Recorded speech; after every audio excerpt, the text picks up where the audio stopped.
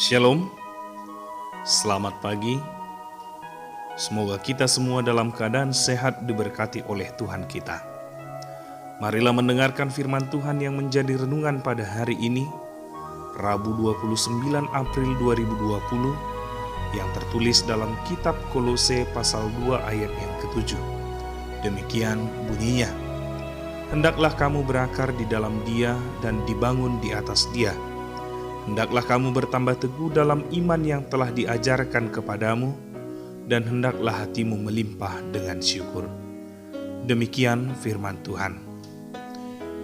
Dalam perjalanan pelayanan seorang pelayan Tuhan, ketika ditempatkan di suatu daerah yang sering sekali terjadi gempa bumi, membuatnya khawatir tentang apa yang akan terjadi dalam hidupnya jikalau gempa itu terjadi. Dan benarlah, ketika pelayan tersebut melayani di sana, sering sekali terjadi gempa bumi. Pada awalnya, ketika gempa itu terjadi, pelayan tersebut lari keluar dari rumah karena takut dan khawatir gempa tersebut dapat meruntuhkan rumah dan menimpa dirinya. Namun, ketakutan dan kekhawatiran itu akhirnya semakin lama semakin berkurang.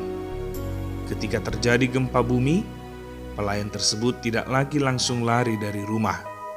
Ya, mungkin karena hal itu sudah menjadi bagian yang tidak bisa terhindarkan di tempat itu.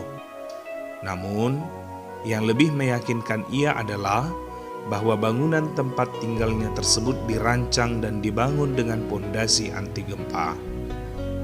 Ada dua istilah yang digabungkan Paulus dalam nats renungan di pagi hari ini untuk menjelaskan hidup orang percaya, yaitu berakar, yang diambil dari istilah tumbuhan dan tanaman, dan yang kedua dibangun, istilah bangunan. Pokoknya bangunan tentu sangat ditentukan pondasi. Kedua istilah ini memperkaya pemahaman orang percaya bagaimana kehidupan seseorang yang beriman di dalam Kristus. Istilah yang pertama adalah tumbuhan ataupun tanaman. Berakar berarti tertancap ke dalam tanah untuk mencari bahan makanan agar pohon itu dapat bertumbuh dengan baik, dan akar itu berfungsi untuk mengokohkan dirinya di dalam menghadapi hantaman angin. Manusia berakar di dalam Yesus, berarti kita makin dalam memahami dan meneladani Yesus dalam hidup kita sebagai sumber kekuatan hidup kita, juga semakin menguatkan dan mengokohkan kehidupan kita untuk menghadapi segala hantaman badai, angin kencang yang hendak menumpangkan hidup kita. Istilah kedua yang digunakan Paulus adalah bangunan. Sebagaimana kita tahu, pondasi adalah hal yang menentukan kokohnya suatu bangunan. Desain, bentuk, dan segala keunikan suatu bangunan pasti akan dihubungkan pada peletakan pondasi yang kuat, karena kekuatan bangunan itu bertumpu pada pondasinya. Demikianlah hidup orang percaya. Agar tidak goyah dan tenggelam oleh badai masalah, kita harus berdiri di atas pondasi yang kuat, yaitu di dalam Yesus Kristus. Kristus adalah pondasi tempat kita menancapkan segala pilar yang menopang kehidupan. Kalau kita memakai pondasi yang lain untuk hidup kita, seperti pekerjaan, rumah tangga, dan lain sebagainya, maka berarti kita sedang membangun hidup kita menjadi bangunan yang rapuh, atau bahkan tanpa pondasi sama sekali. Selama hidup di dunia ini, kita tidak akan lepas dari masalah. Bentuknya bisa beraneka rupa, misalnya penyakit, kegagalan, kesulitan perekonomian, perlakuan buruk orang lain, atau bahkan seperti yang kita hadapi saat ini, yakni COVID-19 yang mempengaruhi tatanan kehidupan kita. Tidak ada orang yang hidupnya selalu lancar. Jalannya selalu bertabur cahaya hangat mentari dan berhampar karpet merah nan indah permai. Demikian juga halnya dengan tubuh kita. Sekuat dan sesehat apapun kita, pasti ada saatnya sakit.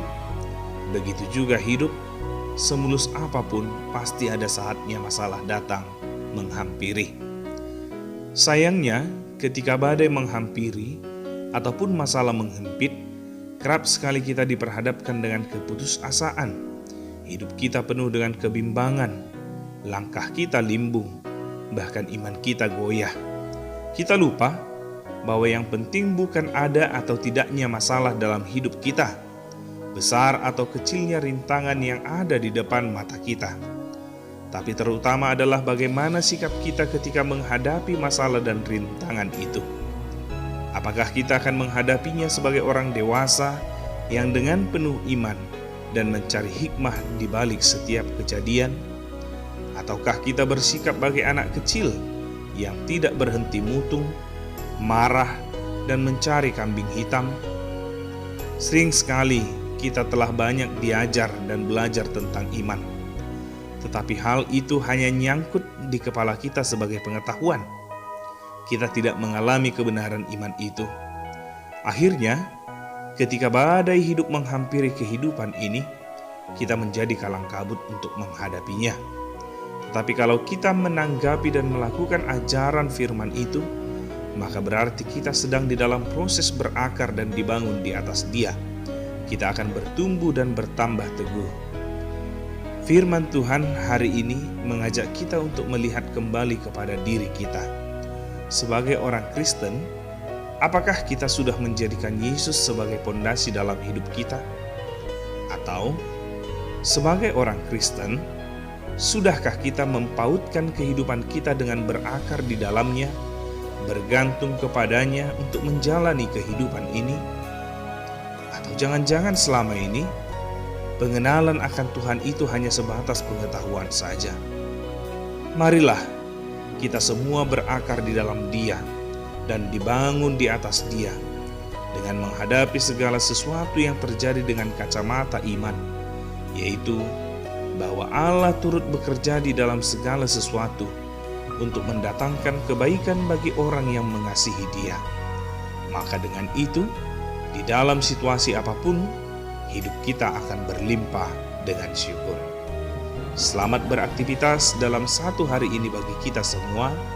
Tetap jaga kesehatan, dan kiranya Tuhan selalu menyertai dan memberkati kita sekalian. Salam dari kami Pendeta Apriando, Raja Guru. Horas, horas, horas. Shalom.